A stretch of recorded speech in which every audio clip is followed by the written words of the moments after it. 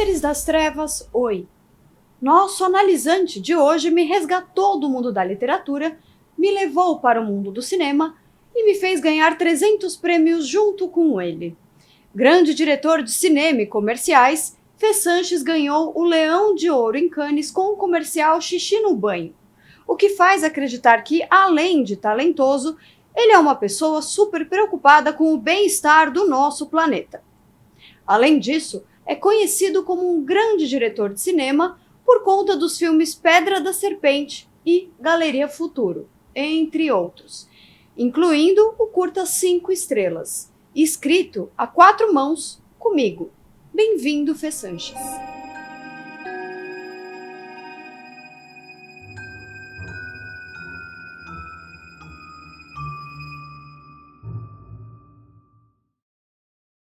Estou muito feliz que você finalmente decidiu começar sua análise aqui comigo. Eu acho que de fato estava precisando. Eu acho que é algo que ajuda todos nós. Sim, pô, eu também estava super ansioso, assim, porque o preço das análises também é difícil, então você tem que conciliar a saúde mental com a saúde financeira. Então, aproveitar e fazer essa sessão aqui De graça, né? De graça é bem bom também. Que bom, que ótimo. Fê, xixi no banho. Você pode falar mais sobre isso? Cara, xixi no banho é engraçado esse nome, né? Porque quem não conhece, assim, não entende direito, mas para mim virou um negócio que... Xixi no Banho é um comercial para uma ONG, chama SOS Mata Atlântica, e que eu dirigia uma animação em 2007, sei lá quando foi.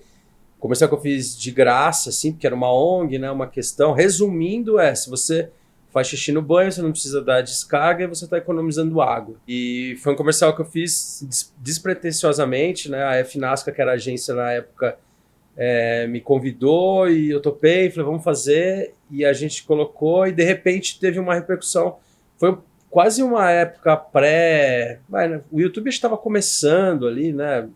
Não era um negócio ainda, as redes sociais não tinham ainda dado o boom das redes sociais, de viralizar, então foi uma coisa que viralizou muito no mundo inteiro. Quem puder procurar, é só colocar xixi no banho em qualquer plataforma, aí vocês vão achar, e deu uma repercussão muito grande e foi muito premiado, né, no mundo inteiro. Então deu uma virada na minha carreira, assim, de antes do xixi no banho e depois do xixi no banho. Então foi bem legal, assim, eu gosto muito do trabalho, de ser lembrado por isso, e eu faço xixi no banho também, aconselho as pessoas a fazerem. Mas uma dica importante você tem que fazer no início do banho. Porque se você fizer no final e aí você já desliga, o xixi vai ficar lá, sabe? Então você tem que fazer no começo. Não é recomendável, entendi. Então você faz no começo do banho, porque aí realmente, gente, antigamente as pessoas, quer dizer, ainda tem muitas pessoas no mundo que tomam banho em rio, né, em mar, e elas fazem xixi nesses lugares, e também não tem problema. O único problema é você fazer no final do banho e desligar e o xixi fica ali. Aí começa a dar aquele cheirinho de rodoviária, esse banheiro de rodoviária. Tá? Mas se você fizer jogar antes... um limãozinho ali. Então, se você fizer antes e ficar tomando banho, também não precisa tomar um banho tão longo assim. Mas, né, é melhor. Mas eu falei desse comercial porque você ganhou Cannes com ele. Sim. E como é que foi? Foi muito louco, porque era assim, né? Era uma época, era muito valorizado, né? Tem um prêmio de publicidade que chama Cannes Lion, que é o leão de Cannes, tem de ouro, de prata e de bronze. E eu sempre fazia comerciais, tentava ganhar, eu já fui 8, 9 vezes para Cannes e nunca conseguia ganhar, é muito difícil de ganhar. E justo esse ano eu não fui. E aí eu tava em casa, assim, e tocou o telefone, era o pessoal da agência, falando, cadê você? Em que hotel você tá? Eu falei, não, eu não tô aí. Não, porque você ganhou, Leão de Ouro. O pessoal fica sabendo antes do anúncio, né? É tipo um Oscar, Leão assim. de Ouro. Então, e aí você tem o de prata, eu tenho bronze, prata e ouro. E aí a gente ganhou ouro. E foi um negócio, e foi uma categoria nova, que era de animação, né? Film craft. Então tinha fotografia, não sei o que, e esse era a animação.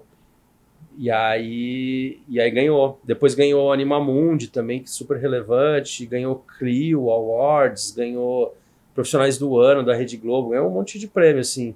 Mas é aquelas coisas inexplicáveis que você não...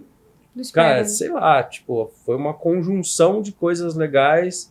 O tema era relevante, o resultado ficou bacana, a ideia funcionou e teve muita mídia espontânea, né?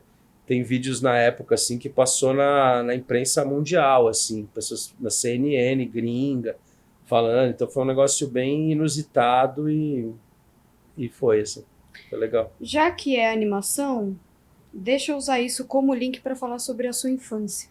Você pode me contar sobre a sua infância? Cara, posso. O que você quiser contar.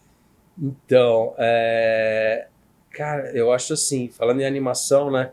Eu sempre fui muito fã de desenho animado, né? Muito fã. E eu assistia muita televisão, assim. Eu sempre assistia. Eu sou né? Nasci em 76, então aí me facilita anos 80. Então os desenhos, né? Era até engraçado. Quem estudava à tarde assistia os desenhos que passavam de manhã, quem estudava de manhã assistia os desenhos que passavam à tarde.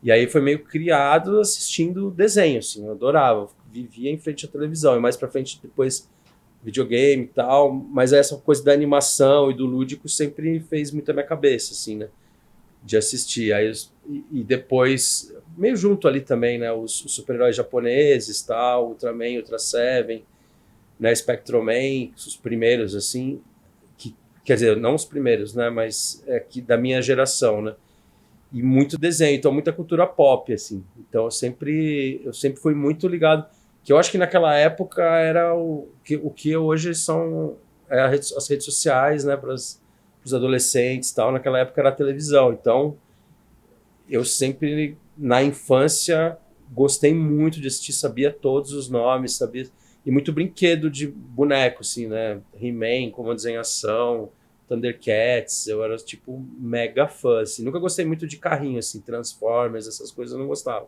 Meu negócio era mais fantasia e aí eu curtia muito. E aí tem uma coisa... Por que você acha?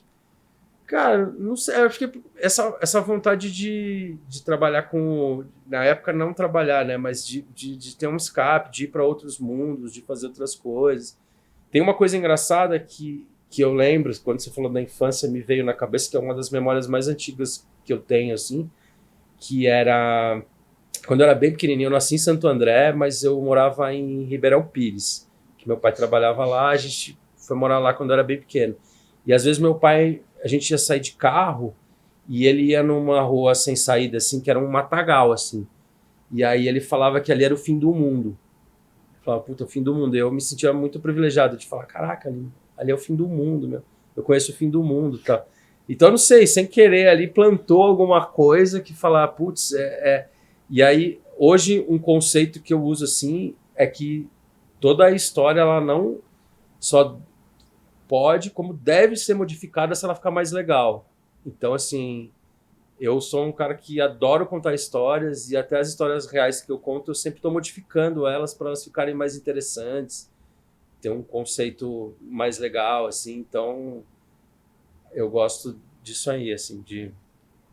E você acha que o fato de você ter assistido muita animação, isso te constituiu? Constituiu sua personalidade como diretor e como pessoa mesmo? Sim, sim, eu acho. Porque é engraçado, né? A animação, quando eu comecei a dirigir, foi via animação, assim, fazer coisas com motion, animação, 3D. E aí, quando você está dirigindo uma animação, você meio que tem que ser tudo ali. Você é o fotógrafo, você é o câmera, você é o ator, você tem que fazer tudo ali, né? Então, te dá uma noção muito boa para depois você ir para dirigir e fazer ficção com atores reais, assim. Eu acho que é uma puta escola, um caminho muito bom, assim, que eu trilhei, assim, que eu gosto. Mas foi quase, eu precisei exorcizar isso, que eu dirigia muita animação, eu comecei a querer dirigir atores, e aí no meu primeiro curta, que foi o Landau 66, eu simplesmente falei assim, não vai ter nada de animação e nada de pós-produção, de nada, eu quero simplesmente estar com os atores, né, e dirigir pessoas, sair daquele mundo lá da fantasia, dos bonequinhos, e ir para os bonecos da vida real, que são as pessoas. Né? Bonecos da vida real, eu quero apontar o ato falho ou não? Porque o trabalho do diretor é meio esse, né? Eu costumo falar assim, que um bom diretor de ator é o cara que sabe escolher os melhores atores, né? Não adianta você né, você chamar, fazer uma analogia bem idiota, assim, mas você chamar um cara que sabe arrumar um fogão para arrumar seu chuveiro. Você tem que chamar um bom cara que saiba arrumar chuveiro para arrumar chuveiros. Então, não adianta você falar assim, puta, eu acho essa pessoa maravilhosa, legal, eu levar ela para atuar. E a pessoa não sabe nem fazer nem nada na frente da câmera. Então, eu procuro achar as pessoas que são atores de verdade, que têm essa profissão, que têm essa habilidade para levar para a câmera. Mas é isso, né? Você, como diretor, você tem que deixar eles ali, as coisas fluírem, acontecerem, mas ao mesmo tempo você tem que moldar para ter o resultado que você quer, né? Uma boa escolha de atores já é um grande adianto para você conseguir. E o que eu acho mais legal também quando eu trago essas pessoas, diferente da animação que você tem total controle, você não tem controle de algumas coisas. Então, às vezes, sai do controle. A pessoa traz uma outra, e isso é uma loteria. Às vezes pode ser super bom, e você fala, caramba, eu não tinha pensado nisso. Essa pessoa trouxe para mim o que eu não tinha pensado. Ou não, ou falar, cara, não tem nada a ver com o que eu pensei, e agora? Como que eu faço para ir? Se você tá com um bom ator, você senta, conversa, fala, vamos por aqui, vamos fazer esse caminho por aqui, por ali, e aí vai, e aí as coisas vão se acertando, assim. Me fala um pouco de lidar com a psicologia dos atores. Como é que é? Pessoas que querem aparecer, que não querem ficar atrás, que querem aparecer, sempre tem um ego diferenciado, assim, né? Tem alguma coisa diferente, porque o mais fácil de tudo é você sentar num cantinho, ficar lá e não fazer nada. O mais difícil é você pegar um microfone, ir lá na frente de todo mundo, ir lá na escola, lá na frente.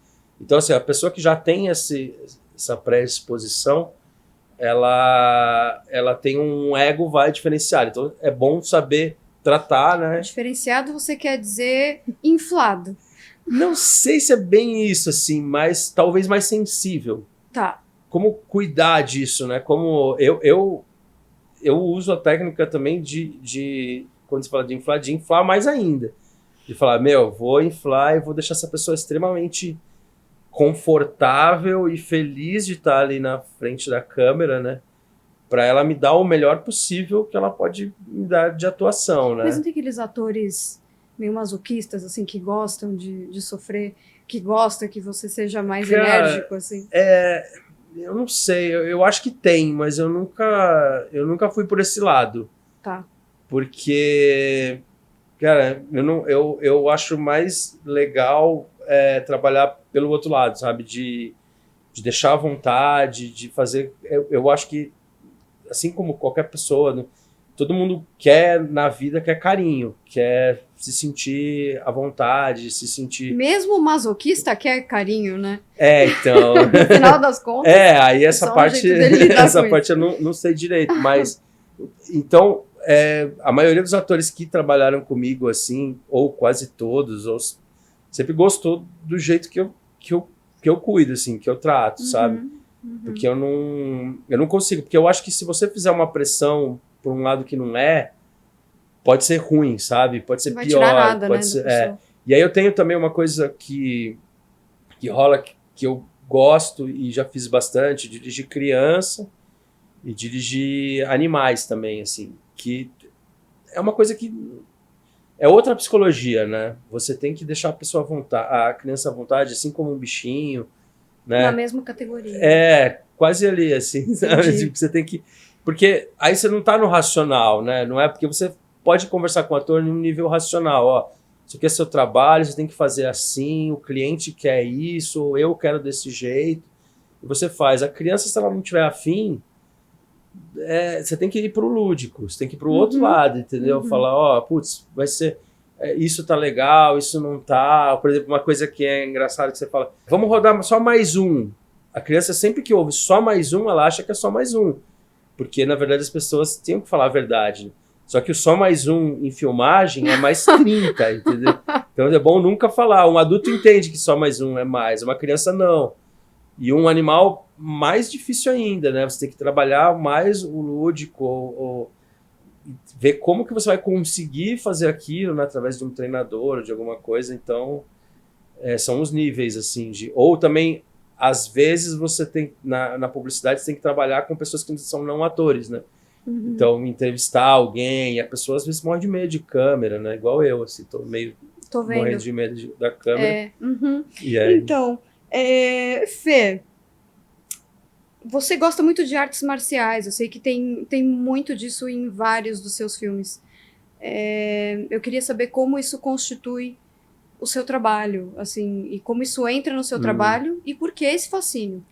então, voltando também um pouco uma coisa que a gente não falou ali da infância, uma das coisas que mais pegou pra mim foi a Sessão da Tarde, que passava muito filmes de luta, assim, Tinha bastante. Karate Kid, o Grande Dragão Branco, com o Van Damme, uns kickboxer lá, Então, eram os filmes que eu assistia muito, assim, né, de luta. E tem uma coisa do ser humano, não sei se eu posso falar assim, como eu vou falar, mas do ser humano do sexo masculino, que a questão da luta é muito latente, né? Rock, lutador, as coisas Por que que tem. você acha? Cara, eu não sei se a gente é meio.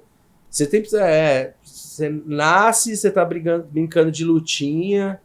Eu não tenho irmão, né? Eu sou filho único. Então eu tô brincando de lutinha com meu pai, depois brincando de lutinha com os amigos. Hoje eu tenho um filho e a gente tá sempre dando soquinho e se apertando, mas é uma forma de carinho. E aí esse lance da luta, né, é uma coisa até como esporte e tal. E quando eu era pequeno eu fiz vários, fiz judô, fiz karatê, fiz kung fu.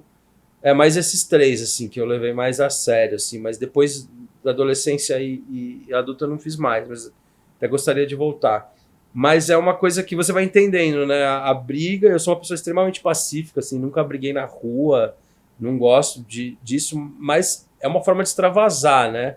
Você poder levar isso para um esporte e poder fazer, ou você poder conseguir colocar isso na tela, né? De alguma forma, fazer coreografia de luta, cenas de luta, né? Porque eu acho que o ser humano é meio bicho também, né? E a gente, cara, tem os dois braços, as duas pernas, tem uma coisa de lutar, assim. E aí tem essa. Eu assistia muito esses filmes que geralmente tem um arco de herói que dá um fascínio muito grande, assim, numa criança, né?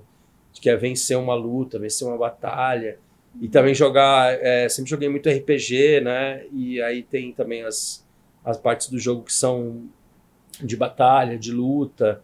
Então você fica com isso. E também colocar isso em forma de esporte ou em forma de entretenimento, eu acho que ajuda também a tirar a vontade de fazer isso na vida real, né? Porque é uma merda você querer bater numa pessoa na rua ou no...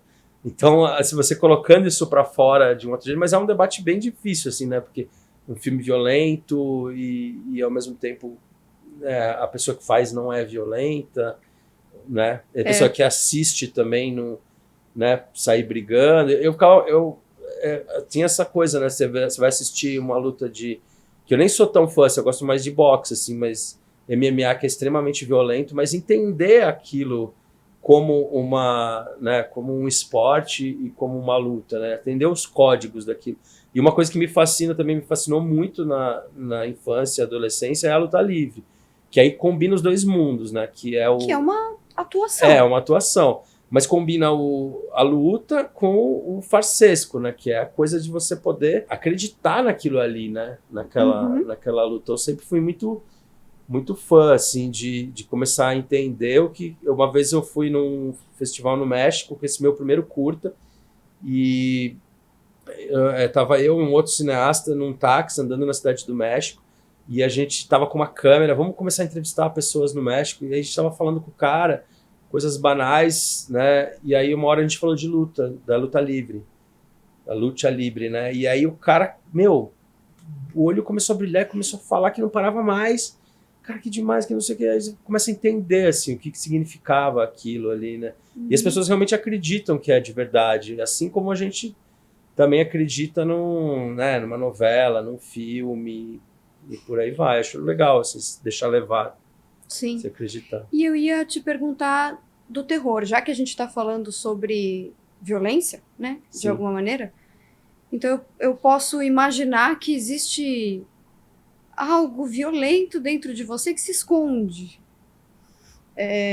Mas eu também acho que existe dentro de todos nós, né? Sim. Inclusive, a Elizabeth Rudinesco, que é uma psicanalista, ela fala disso, fala da perversão, não como estrutura psicanalítica, mas a perversão em comum de todos nós, que a gente precisa colocar em algum lugar, já que você não pode simplesmente jogar isso na sociedade, sua violência na sociedade, né? Melhor não.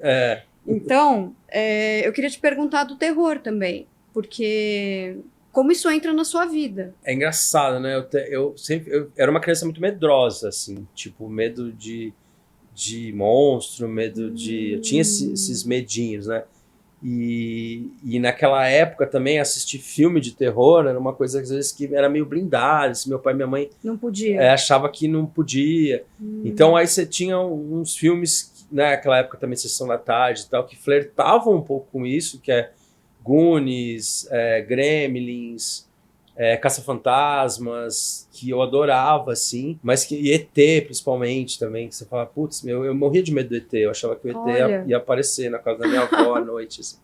Eu tinha muito medo, cara, do ET aparecer, e aí isso vai ficando na cabeça, assim, né? Então, e aí você começa a ficar adolescente, aí você começa, junto com molecada, né, existia um negócio, para quem é mais jovem, que chamava locadora de vídeo, né? Pra quem não conhece. Pra quem não... Que a Netflix, né, e não tinha, aí você tinha que ir numa locadora, alugar a fita de VHS, fazer uma carteirinha, aí você alugava as fitas e assistia em casa, né? Devolvia sem rebobinar. Então tinha que rebobinar para devolver. E aí a grande diversão dos pré-adolescentes e adolescentes era assistir, alugar filme de terror, né? Então fui criado ali assistindo Sexta-feira 13, Hora do Pesadelo, Brinquedo Assassino. E aí a gente sabia que aquilo ali era uma coisa feita, né, era cinema e tal. Só que acho que uma grande virada assim, de mentalidade foi quando de repente você vai na locadora e tem um filme chamado Faces da Morte, que era um filme real. Lembro do Faces da Morte. Que era um filme, entre aspas, real, que tinha mortes de verdade, tinha um monte de coisas, né? Cuidado ao assistir e não sei o quê, aí a gente ficava fascinado por aquilo. Mas depois, né, a gente vai descobrindo que a maioria das cenas ali eram falsas, né? E até contribui um pouco para isso, né? Do que é real, do que não é. Então, o terror entrou meio por aí, assim, na minha vida. E aí, eu sempre fico tentando descobrir, né, o que é, qual a função, por que a gente usa tanto o terror e por que o terror nunca sai de moda, né? Sempre tem o novo terror, tá sempre ali, né? Então... Mas tem essa questão mesmo de uma parte da gente poder acessar o que é mais horrível no mundo e a gente normalmente não pode. Então, assim, é como se a gente acessasse um segredo. O segredo do outro nos acessa, sabe? Então, de alguma maneira, a gente consegue assistir isso e sentir que a gente está sendo acolhido porque, nossa, a gente está fazendo algo que não pode, todo mundo vai julgar. Exatamente. E aí tem uma questão, né? O primeiro longa que eu fiz, que chama A Pedra da Serpente, ele é um filme de ficção, e aí de ficção científica, mas tem um historiador, né, o Carlos Primati, ele veio me questionar, assim, ele estava fazendo uma lista de todos os filmes de terror que estavam sendo lançados e tal, e ele veio me perguntar, o seu filme é de terror? E eu falei, eu acho que não. E aí a gente, junto com ele ali, ele fomentando as perguntas, as coisas, mas porque o que ele conseguiu, o que ele acredita o filme é de terror quando você tem o perigo da morte eminente.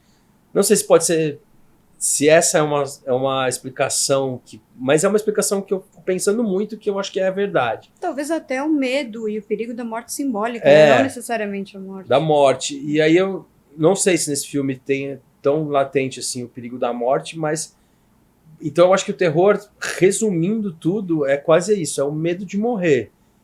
Por que o medo de morrer é tão pesado? Porque a gente não sabe o que vai estar ali.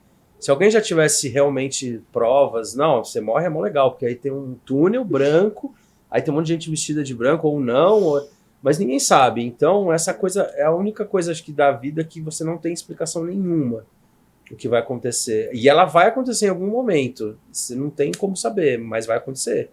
Então trabalhar com esse medo é o terror, né? Eu acho que é meio isso. Mas o Pedra da Serpente eu acho muito interessante, porque assim, eu não vou dar muito spoiler, tá, gente? Mas é assim, eu lembro que acontece uma morte no filme, Sim. e a angústia carregada por conta dessa morte é avassaladora no filme.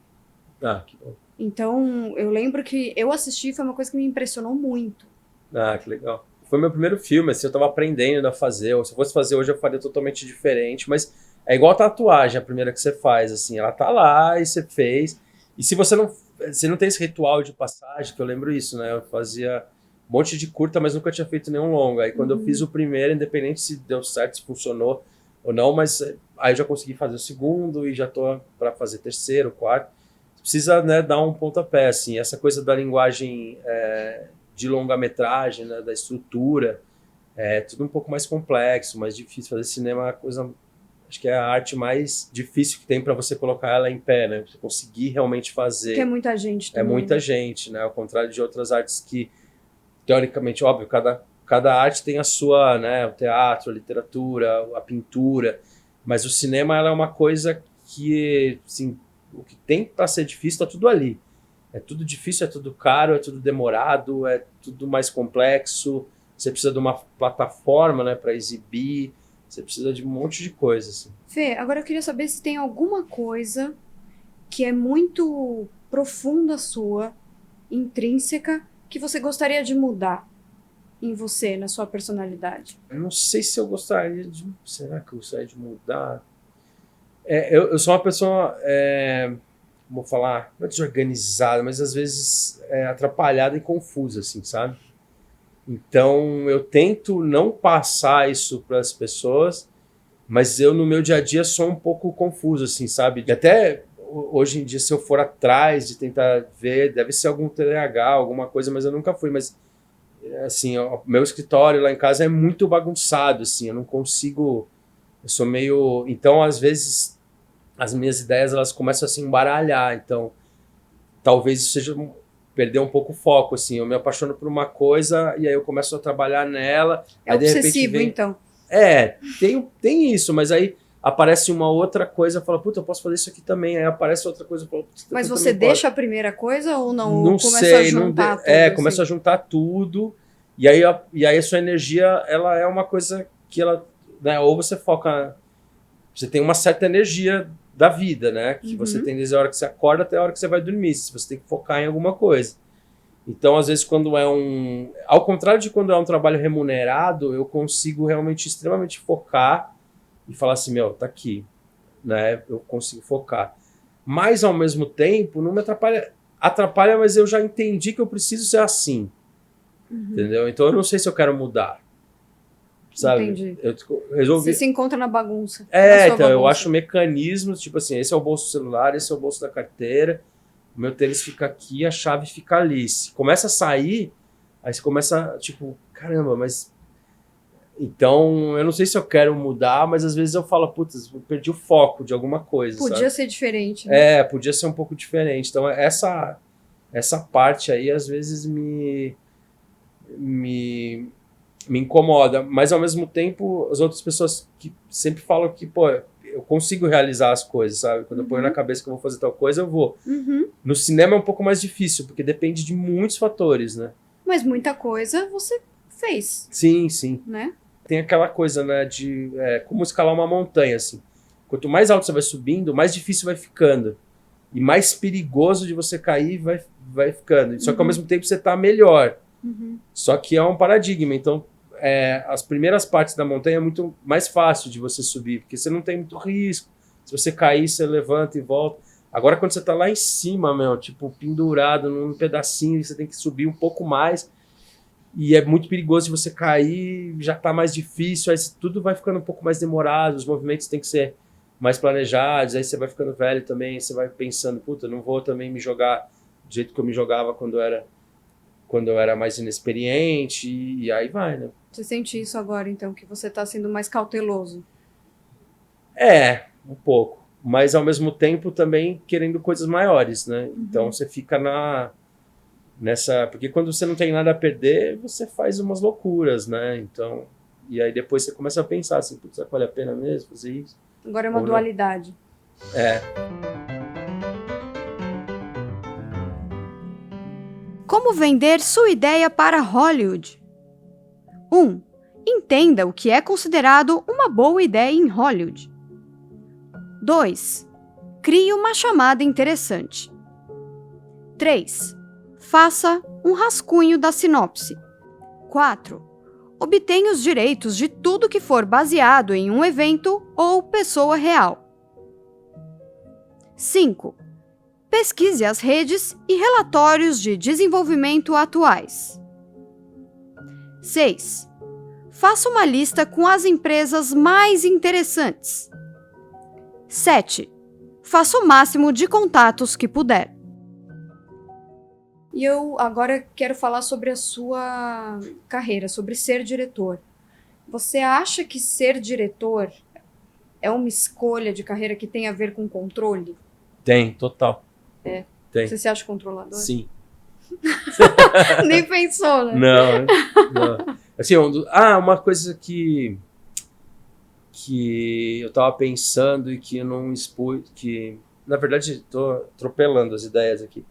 Mas é quando você falou disso... Então, mas é associação livre, vai. Tá, Não, é que você falou de controle, um dos meus maiores medos de vida é montanha-russa. É muito medo de montanha-russa, muito medo.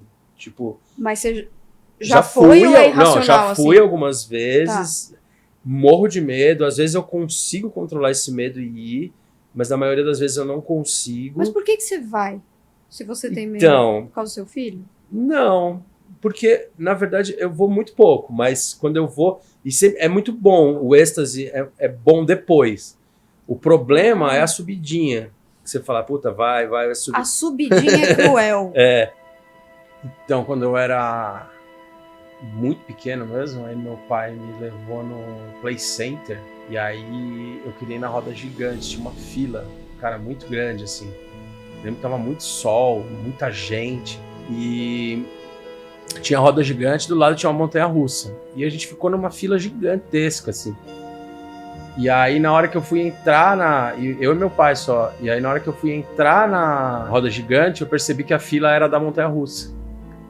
E aí, quando eu entrei, já estavam pondo o cinto, assim, travando aquele negócio e não tinha mais volta. E aí eu tive que ir, né? Aí eu fui, subiu, desceu e tal, meu pai dando risada pra caramba. E era isso aí. Eu não sei se esse meu trauma de montanha-russa também veio um pouco daí. Então, é uma coisa aí uma memória que eu lembro. É cruel. Mas depois eu fui tentar, analisando isso, tem a ver com o controle, porque a montanha-russa você não consegue controlar, você não consegue falar, vou parar, quero ir mais devagar. Não, você simplesmente entra no negócio e deixa a vida te levar, tipo, vai, e aí uma hora vai acabar. Então, essa questão do controle é muito... E eu cheguei porque você passa por várias etapas para virar diretor, assim, né? Um dos motivos de eu querer ter virado é de ter o controle. É uma coisa que pelo menos na minha obra autoral, quando só eu que invento, que crio, eu quero muito ter esse controle, sabe? E aí tem uma outra faceta que eu também tenho, só que eu não invisto tanto, que na verdade no Brasil todo diretor meio autoral acaba sendo produtor também, porque você tem que ir atrás, conseguir grana, e também porque na indústria de Hollywood, assim, o produtor até manda mais que o diretor. O diretor tem as decisões artísticas e o produtor tem as decisões mercadológicas que às vezes acabam interferindo nas direções artísticas, nas decisões artísticas também, né? Mas a minha já me deixa... Meu ego se satisfaz bastante de estar... controlando a cena. Controlando a parte artística, assim. Entendi. Depois, como vai ser feito, o que é melhor para vender...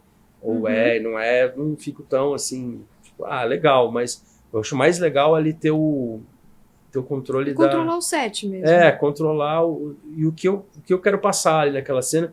E fora isso também, as etapas anteriores e a posterior, né? A anterior que é o roteiro e a posterior que é a montagem, edição, né? E pós-produção, que você consegue ali transformar, né? Porque quando você filma, às vezes o ator fez 5 jeitos diferentes e o montador e o diretor vão decidir qual que é o melhor para a história, né? Então tem muito ator até que fala, meu, eu vou ser fiel aqui ao que eu acho do personagem, porque se eu fizer diferente, depois o diretor vai usar o que ele achar, né? E é uma briga, o diretor está sempre pedindo, eu vou, faz desse jeito aqui, faz assim, porque realmente isso é uma, né? Depois talvez você entreviste atores, você vai ver que do outro lado também é cruel, porque às vezes o ator faz de um jeito, quando ele vai ver na edição tá de outro. Sim, E aí lógico. ele perdeu o controle ali da cena. Por isso que a galera, os atores gostam tanto do teatro também. Porque aí no teatro ele tá ali fazendo, É ali. verdade. Depois não Tem um tem. pouco mais de controle, Ninguém né, vai. da cena. Ninguém vai editar depois, né? Quem são os seus ídolos do audiovisual? De diretor, assim, Diretor. de que eu assisto. Cara, tem algumas pessoas assim, né? Eu acho que da minha geração que eu, quando, né, adolescente assistindo, pra mim, o Quentin Tarantino é um cara muito foda, assim, porque tem várias coisas que eu gosto no cinema dele, né? Até essa coisa de abrir a cabeça pro não temporal, né? Que o Cães de Aluguel e Pulp Fiction fez muito bem. Uhum. E era uma coisa que hoje você acha normal, porque hoje qualquer até um vídeo no TikTok você consegue falar, posso mostrar o final no começo, depois o meio, depois o fim. Mas isso quando foi mostrado ali, né, no cinema, entre aspas, quase vai no cinema comercial, assim, porque foram sucessos que, né, não era só um filme de autor, um filme que realmente fez sucesso e ganhou Oscar de roteiro e tal. Então esse lance que também é usado muito na literatura, de você poder manipular o tempo, de não contar de forma linear, me agrada muito, né? O lance dele também de você estilizar a violência de um jeito, né, agradável de Estético. se ver, estético de se ver, uma coisa que eu acho interessante também. E como trabalhar com referências, né? Porque o nosso mundo é muito cheio de referência, de todas de tudo que a gente vê, a gente é bombardeado todo dia com muitas referências. Cada vez mais, inclusive, né? E como usar isso para o seu próprio bem, assim, né? Não virando um plágio ou não virando uma cópia. Então isso me traz bem. Agora um outro diretor que faz pouquíssimos filmes, mas que e recentemente eu acabei de assistir o filme novo dele, é o Jonathan Glazer, né, que fez o Sob a Pele, com a Scarlett Johansson, que é um filme extremamente perturbador, e agora o Zona de Interesse, que ele consegue achar o terror na coisa... Quer dizer, óbvio que tá tudo lá, né, mas sem spoilers do filme, mas é como que é a banalidade do mal, assim. E é um diretor que, ao contrário do Tarantino, que quer falar assim, eu tô aqui, eu existo, eu sou foda, eu faço as cenas mais fodas, os filmes dele são muito, a câmera tá escondida, você não vê. O próprio Zona de Interesse ele foi gravado com câmeras escondidas dentro da casa e os atores simplesmente viviam ali. E aí, então é um outro jeito de você contar uma história. Você acha que você tá mais próximo de qual? Puta, não sei.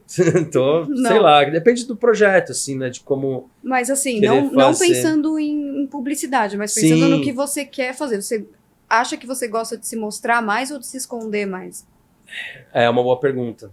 Porque às vezes me fascina essa mestreza, assim, não sei se essa palavra está correta, mas essa mestreza de fazer uma parada que é tão singela, é tão minimalista, que a câmera quase não se move, mas o filme te toca de um jeito tão, tipo, né, o Zona de Interesse foi meio isso, assim, eu saí de lá e falei, caralho, meu. E a câmera quase não se mexe, a gente não tem um close, a gente tem todas as cenas abertas. Então, é um outro jeito de pensar também, né, assim. Qual que você acha que é o seu fascínio pela imagem? Eu gosto, acho que eu também fiquei me estudando, assim, tentando entender o que eu, né, minha função até como diretor, como contar, e eu percebi que a coisa que eu mais gosto de fazer é contar a história. Então, assim, é uma coisa que eu adoro mesmo, assim, é contar a história, me dá muito prazer, tanto em forma de piada ou de um fato cotidiano, eu gosto de contar a história. E às vezes você tem que contar só com palavras, né? E às vezes com imagem. Com imagem é um pouco mais caro e mais difícil, mas é mais fascinante, assim. É gostoso de fazer, que são os filmes, quando você consegue, né, levar essa contação de história um pouco além, assim, né? Registrar e... Você acha que vai além a imagem? Deixa o ponto de vista um pouco mais palpável, né? Do que você só falar ou... Porque, assim, apesar de eu não ser efetivamente escritor, eu gosto muito, assim, já escrevi algumas coisas, tô ensaiando para conseguir, tipo, lançar um livro que eu escrevi, tô querendo, sabe, já tá escrito, já fiz até como chama, o registro, tá lá, já fiz tudo, já revisei, tô com o livro pronto, assim, quero tentar pôr para fora, para ver como é, mas realmente não sou o cara mais letrado, assim, na linguagem, né, de escrita. Eu acho que a minha linguagem de imagem é mais apurada. Então eu acho muito importante. Mas, ao mesmo tempo, eu sempre fui mais para a narrativa. Eu gosto mais de trabalhar com a narrativa do que com a imagem puramente por imagem. Mas, Fê, o que você faz é muito estético. É muito estético. Então, eu até fiz essa pergunta por conta disso, assim, porque a gente assiste e a gente sabe que é seu, assim. Ah, que bom. Eu acho que tem isso, assim. Mas eu talvez eu tenha que trabalhar um pouco a estética através da narrativa, assim. Quer me deixar puto é quando tem uma história mal contada, uma piada mal contada. Alguém vai contar uma piada e conta o final antes. Fala, puta que pariu, não, caralho. Tipo, tô falando muito palavrão, não pode? Põe uns pi aí depois. Eu acho que pode tudo. Na sessão de terapia. Na sessão de terapia tem que poder. Isso é uma coisa da linguagem, né? Eu acabo falando muito, sempre falei muito palavrão. Assim, quando você tá num lugar mais assim, você tem que falar, puta, eu não posso falar tanto palavrão. Puta, não posso falar tanto palavrão. Mas acabo falando um pouco. Fê, agora a gente vai falar sobre fobias. Deixa eu ver qual é a fobia do dia.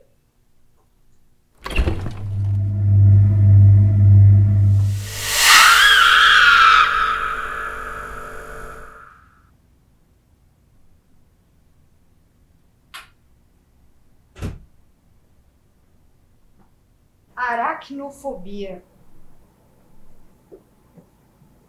E aí, você viu o filme? Você lembra? Cara, eu lembro pouco. É engraçado, assim, eu não tenho. De aranha eu não tenho. Não tem? Não, se fosse bicho, deixa eu ver qual bicho. Eu vi um vídeo agora que me deixou com uma puta fobia, que é canguru. É mesmo? O bicho é foda, porque ele pode te destruir, ele é muito forte. Sempre a ver com luta, né, Fê? Olha aí o inconsciente gritando. Então, se for falar um bicho que eu tenho medo, é canguru. Canguru. Você já ouviu falar de alguma fobia, assim, que você achou muito curiosa? Tem uma que até eu guardei o nome, eu não vou conseguir falar, eu anotei aqui. Tá. Vamos lá. Porque eu gosto muito de curiosidade de coisas bizarras, né? Engraçadas e tal. E essa, quando eu ouvi, eu falei, cara, eu preciso guardar esse nome, mas eu não consegui guardar o nome. É anatidaeofobia. Que, na verdade, ela é um pouco complexa. É o medo de ser encarado por patos. Tipo, de um pato encarar você. Ó, a plateia tá dando risada. Então, essa fobia, cara... Imagina só, é muito específico. Imagina se um pato para e fica te encarando, cara. É, tipo, muito bizarro. Não, e assim, qual foi a situação pra pessoa chegar à conclusão... Que ela tem essa fobia, que ela tem essa fobia, não é medo. É fobia, o negócio é mais pesado. Tem um amigo meu, inclusive o cara que criou o Xixi no Banho, que até meu filho dá muita risada dessa história, mas ele tem fobia de arroz. Então, tipo assim, quando a gente ia comer, tipo, assim, o cara não podia ir num lugar que tem arroz. O cara tem fobia de arroz, cara, o cara passa mal. Então, eu acho que, assim, cara, fobia a gente não escolhe, né? E não... Cara, essa daí do pato, eu acho que eu não tenho oportunidade pra desenvolver essa fobia, porque eu não costumo conviver com patos, assim, mas Eu acho que quem tem, cara, porque o Mas pato... será que as pessoas que têm essa fobia costumam conviver com patos? Aí é que tá. Porque pode ser completamente irracional. Ela nunca também. viu um pato na vida, mas ela morre de medo do pato. Porque o pato é um bicho muito louco, né? Tipo, e aí... O ganso pato... é pior. O ganso é pior. Ganso eu acho que quem nunca correu de um ganso não sabe o que é correr, assim. Né? Porque um ganso correndo atrás de você... Ele vai que vai. E tem dente também, né? Junto com o bico, sei lá, é perigoso. E você tem alguma fobia? Então, na verdade, estou desenvolvendo uma fobia. Você tá tentando. Não, é que começou a aparecer essa fobia. Deixa eu anotar aqui, peraí. Está desenvolvendo fobia. Estou desenvolvendo uma fobia que tem vários, e eu acho legal a gente entrar nesse assunto, porque tem a ver com arte e com muito atual, que é desenvolvendo uma fobia que é medo de imagens geradas por inteligência artificial. Porque, cara, elas são todas iguais. Elas são esteticamente bonitas, tem uma luz bonita, não sei o quê, mas elas têm um vazio. Não tem alma, né? Não tem alma, elas têm alguma coisa ali, e agora estão virando vídeos. Então, cara, você começa a ver aquilo e fala, puta, pra que isso, né? Então, assim, eu acho assim, não dá pra gente fugir da inteligência artificial, né? Ela tá aí, vai ser usada. Só que é muito perigoso, cara, a gente achar que é a salvação a inteligência artificial. Você tem que usar ela como uma ferramenta para conseguir outras coisas. Quando ela fica... E essa fobia ela pode ser estendida a um texto do ChatGPT ou a outras coisas. Ou até com som também, que você faz o Silvio Santos cantando Nirvana. Você fala, puta que pariu, caralho. Sabe, tipo, não, a gente tem que parar ou saber... Johnny Cash cantando a música da Barbie. Barbie Girl, exatamente. Você vai tirando toda... Cara, eu tô com muito medo mesmo da inteligência artificial nesse ponto e de ela começar a se retroalimentar dela mesmo. Porque, na verdade, ela é uma grande máquina de plágio e de... Porque, vamos falar de imagem, né, do Midjourney lá, você coloca lá Darth Vader no carnaval. Aí o que ele vai fazer? Ele vai procurar imagens, né? O algoritmo dele vai procurar imagens do Darth Vader numa certa pose, vai procurar imagens do carnaval, que tem alguém parecido, e vai juntar essas duas imagens e vai falar, a fantasia do Darth Vader é meio assim, o uniforme, né? Parecida com uma fantasia de carnaval, e vai fazer uma imagem que é fascinante, que é o Darth Vader no carnaval, que legal. Só que ao mesmo tempo ela roubou de um monte de lugares, misturou isso e te deu uma coisa diluída e misturada em outras coisas. Então ela pegou coisas que tinham uma essência boa, misturou e te deu. Sem ter uma interferência, entre aspas, humana, de uma releitura daquilo. É diferente de você chegar para um Alexandre Herkovich e falar, faz o Darth Vader no carnaval. Ele vai pensar como que seria o Darth Vader no carnaval, vai ter as experiências dele, vai fazer uma coisa nova e vai fazer uma roupa do Darth Vader no carnaval. Mas por que te dá medo? Qual é o medo? De que lado, assim? Você acha que é uma coisa mais de mercado ou é um medo do que a arte pode se tornar? Sim, eu acho que são as duas coisas. A de mercado, sim, também, por conta de você perdendo... ainda mais, eu trabalho com arte, né? Então, minha defesa vai ser na arte, defender a arte. E a arte é feita por pessoas. Você pode ter ferramentas, né? Então, eu acho que cada vez a escala de perigo vai crescendo. Por exemplo, Photoshop. Quando o Photoshop surgiu, era tipo assim, quem conseguia fazer essa arte aqui era só um pintor que conseguia, ou um desenhista. Quando o Photoshop surgiu, então, uma pessoa que não tinha tanta noção conseguia ter uma função de alguém que tinha um talento melhor, porque ele te dá umas ferramentas melhores. E se você for lá atrás, mais ainda atrás, um escultor que fazia coisas com, sei lá, com equipamentos piores, depois começa a ter equipamentos melhores e pessoas com menos talento conseguem fazer.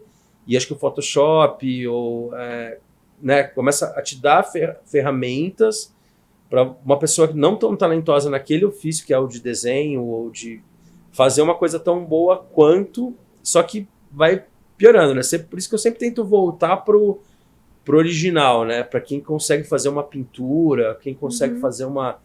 Você fala, caramba, o cara consegue fazer ali sem nada, né? E aí a inteligência artificial ela foi um passo além ainda, que é você não precisa nem ter nenhum... Você precisa só escrever, né? O tal do prompt lá. Escrever, basta você escrever e ele vai fazendo por você. Então, é complicado, assim, cara. E aí esse meu medo, ele tá sendo também por uma coisa mercadológica que pode ser que ele venha a pegar a minha profissão? Pode ser.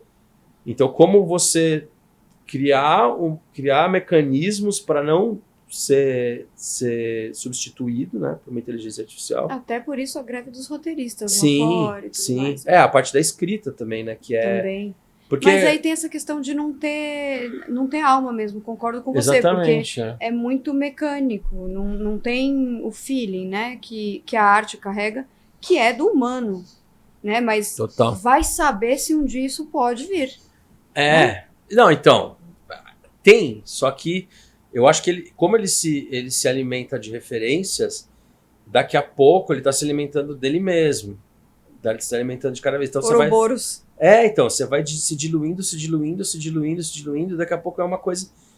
E é o que está acontecendo um pouco nas redes sociais, por exemplo, eu não sou um grande fã de TikTok, eu sei que eu devia até...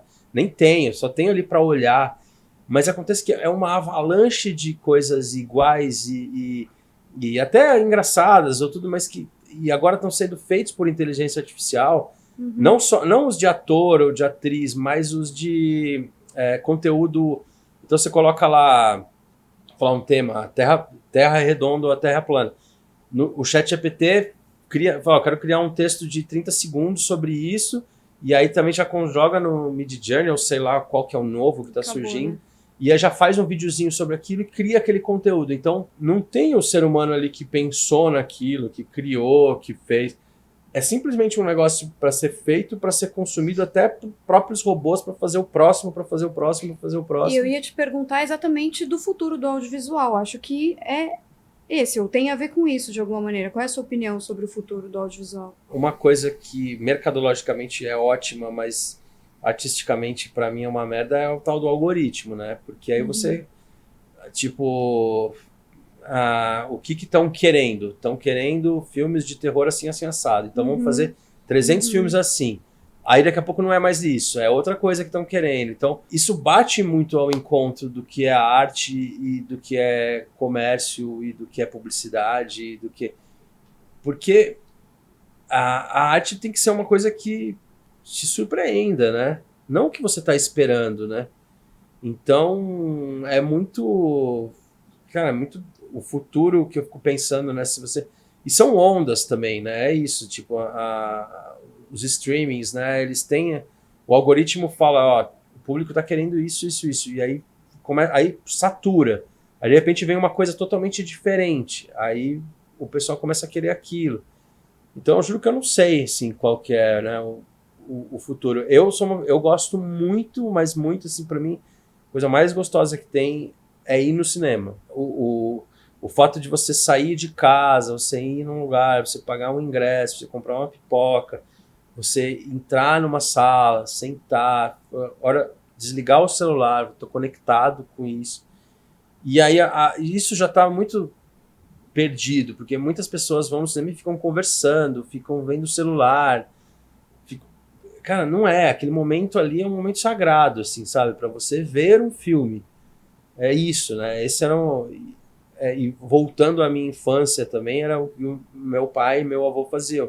Que a gente assistia muito filme dos Trapalhões, né? No cinema. E aí eu assisti quase todos, assim. Sempre nas férias eu ia assistir. E era respeitoso, assim. Tinha esse respeito. Sim. Em relação ao filme. Porque você... Antigamente não tinha celular, né? Você ia aquele momento... Mas as pessoas podiam conversar, mas era uma coisa que mas a pessoa respeitava, né? Hoje em dia, cara, a galera parece que quer conversar no meio do filme. Quer ver o celular no meio do filme. Cara, ninguém vai morrer. Pode ser que alguma pessoa morra, mas ninguém vai morrer na hora que você tá no...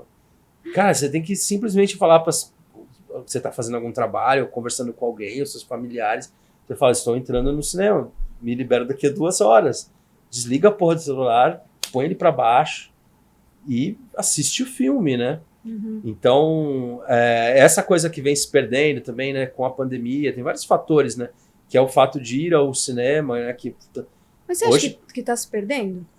Eu acho que, assim... Tem esses dados, assim? Você acha que as pessoas têm ido menos? Eu acho que tem, até um certo ponto, tá dando uma voltada agora, mas ao mesmo tempo tá muito fácil, né? Porque antigamente era assim, ou você via no cinema, ou você ia assistir depois quase de um ano, né? Então, assim, ou você assistiu o Titanic no cinema, ou você assistiu depois de 6 meses alugar uma fita, ficar numa... Então, hoje, o filme sai no cinema e se você falar, quero gastar daqui 2 semanas, o filme tá no streaming. Né? Sem falar de coisas que eu não gosto de usar, que é baixar e assistir. Sabe? Tem muita gente que baixa e tal. Eu prefiro tentar sempre ir pelo lado, assim... Correto. O lado correto, porque eu também trabalho nessa indústria, né? Então eu falo, puta, eu acho mais legal esperar o filme entrar no streaming ou pagar um ingresso de cinema. Mas isso é uma discussão também um pouco mais ampla. Sim. Mas, por outro lado, também existem filmes que nunca vão chegar na sala no Brasil ou no streaming, aí você vai ter que recorrer, tentar assistir de algum jeito. Que aí eu acho válido. Mas se o filme vai sair, ou saiu, eu acho legal, sabe, assinar, pagar. Mas essa comodidade, você assistir em casa e as TVs que, né, antigamente a nossa TV de casa era desse tamanho, né? Hoje é do tamanho da parede. Então, só que o cinema é insuperável, né, cara? A tela gigante, você tá lá para aquilo, o som foi feito para aquilo, o cineasta muitas vezes pensou que o filme era para ser exibido eu acho que faz muita diferença, assim. Eu acho que a maioria dos filmes que eu assisti, que eu gostei, eu vi no cinema. E eu queria te perguntar sobre isso. Então, a gente já conversou sobre o futuro do audiovisual, mas eu queria saber do seu legado, assim, se você pudesse escolher o que você quer deixar, como você quer que as pessoas vejam o seu cinema. Eu acho que está totalmente em construção, assim, eu quero pensar nisso, eu acho que tem muita coisa para fazer. Putz, eu não sei responder muito disso, assim, agora. Eu quero contar a história de jeitos diferentes e uma coisa que me fascina é tentar fazer que cada filme tenha a sua própria linguagem, o seu jeito de ser contado, sabe? Às vezes um filme pede comédia. Tem uma coisa muito engraçada que curta, né? Passa muito em festival. E aí quando você está assistindo, o grande momento que te faz bem assim é quando você ouve as pessoas rindo. Porque chorar ou ficar bravo, você não percebe. Não ouve, E quando você... Então até uma coisa até de ego de artista mesmo. Se eu tô num cinema, tá passando um filme meu e tem uma cena engraçada e todo mundo riu, eu falei, caramba, eu consegui, me conectei. As pessoas estão conectadas com aquilo ali. Agora, quando tem uma piada e ninguém ri, aí você fala, puta, fudeu, né? Ninguém riu. Então, o humor é uma coisa que eu gosto muito, assim, de trabalhar. Eu acho que... Que tem a ver com os extremos também, o terror e o humor, né? Estão ali. Exatamente. Eu acho que o humor é uma coisa que eu tenho muito na minha vida, assim. Eu acho que todo mundo quer rir, na verdade. Acho que o grande segredo é que todo mundo quer rir. E seus filmes são muito sarcásticos, né? São irônicos. O sarcasmo também, a ironia, eu acho que é uma coisa que permeia ali, sabe? Eu gosto de... Até no dia a dia, assim, muitas pessoas não entendem o sarcasmo e às vezes tem que tomar cuidado, assim, né? Saber, às vezes, usar o sarcasmo, né, no caixa do supermercado ou numa farmácia. Às vezes é meio delicado, mas é uma coisa que eu gosto muito de usar. Assim, tipo de humor que você gosta. De você fazendo uma piadinha, alguma coisa desse E agora, sentido. Fê, a nossa sessão tá acabando. Porra, já? Eu queria saber qual é o seu final triunfal. Qual seria o seu final triunfal? Cara, final triunfal, meu? Da vida. Da vida? Putz, meu, eu acho que é ter...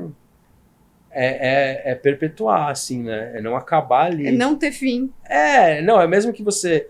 Mas é deixar... Acho que isso tem a ver com a alma de artista, assim, né? Que é você tentar não... tipo assim, todo mundo vai morrer um dia, isso, né? Isso é fato. Mas ser lembrado por alguma coisa. Como meu objeto, né? Eu não sou médico, eu não salvo vidas, eu não sou psicólogo, eu não analiso pessoas, eu sou artista, então eu faço arte. Então eu quero ser lembrado pela minha arte, assim, né? Tipo, se as pessoas puderem ver os filmes depois que eu morrer, assim, e aí acho que vai ser legal, mas o grande final... É bom eles verem enquanto você tá vivo também. Né? Pode ser, pode ser uma boa. Deixa o seu contato pessoal te achar. saber te contatar, de repente? Eu acho que pelo Instagram, né, @FeSanches, FESANCHES, e aí lá na bio, clica lá e tem tudo, tem meu site, mas é fácil, assim, é só procurar e tá aí. Muito bem. Muito obrigada, viu? Tá se sentindo melhor? Putz, tô bem melhor. Ai, que ótimo.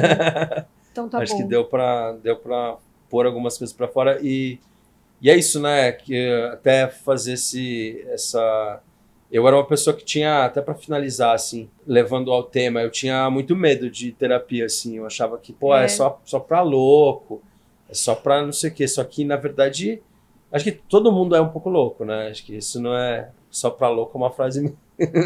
Não, mas era uma coisa que a gente ouvia muito. Acho que eu me expressei errado. Não é que é só pra louco, era assim, pra pessoa que tá com alguma questão pra resolver. Alguma questão muito latente, difícil, assim. latente. Até eu vim de uma geração que era isso, né? O psicólogo, o psiquiatra, o terapeuta era alguém que trabalhava ali com pessoas que, naquela época seriam chamadas de doentes, né? Doente mental ou coisa do tipo.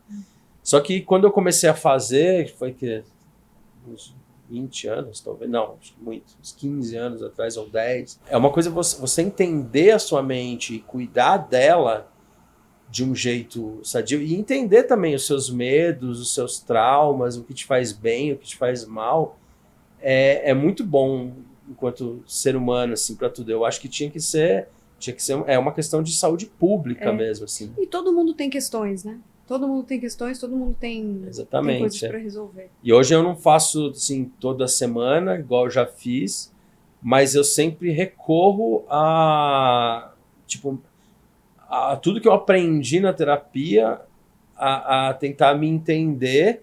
Às vezes não tem jeito, aí eu ligo para minha terapeuta e falo, preciso fazer um freela aí, preciso ir um dia para ir, mas às vezes só o jeito que ela me olha, como as coisas acontecem, eu já começo a desvendar, né? Mas essa é a questão da análise, é você conseguir resolver o seu próprio problema, né? É você chegar nesse ponto de entender o que você tem que fazer para conseguir lidar com as suas questões. E às vezes é isso também, aceitar algumas questões, né? Assim como eu aceito um pouco dessa minha desorganização, dessa minha coisa caótica, né? Mas a galera tem que entender que o cérebro é muito importante e é um órgão vital. E que, né, todo mundo vai no médico do coração, vai no ortopedista, vai no dermatologista, vai em tudo quanto é lugar. E às vezes esquece do mais importante, né, que faz tudo isso funcionar, que é a nossa cabeça, né? Então, acho importante, assim. Então é isso. Chegamos ao fim da nossa sessão. Valeu, obrigado.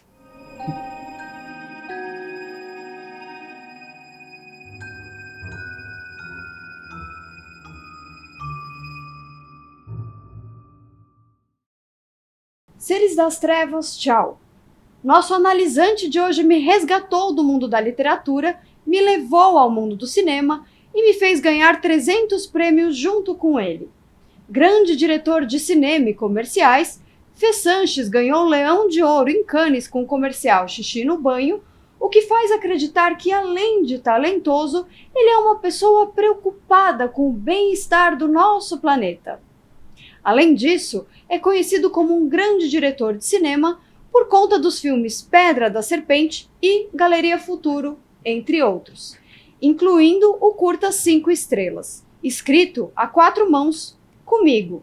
Obrigada pelo seu inconsciente, FeSanches.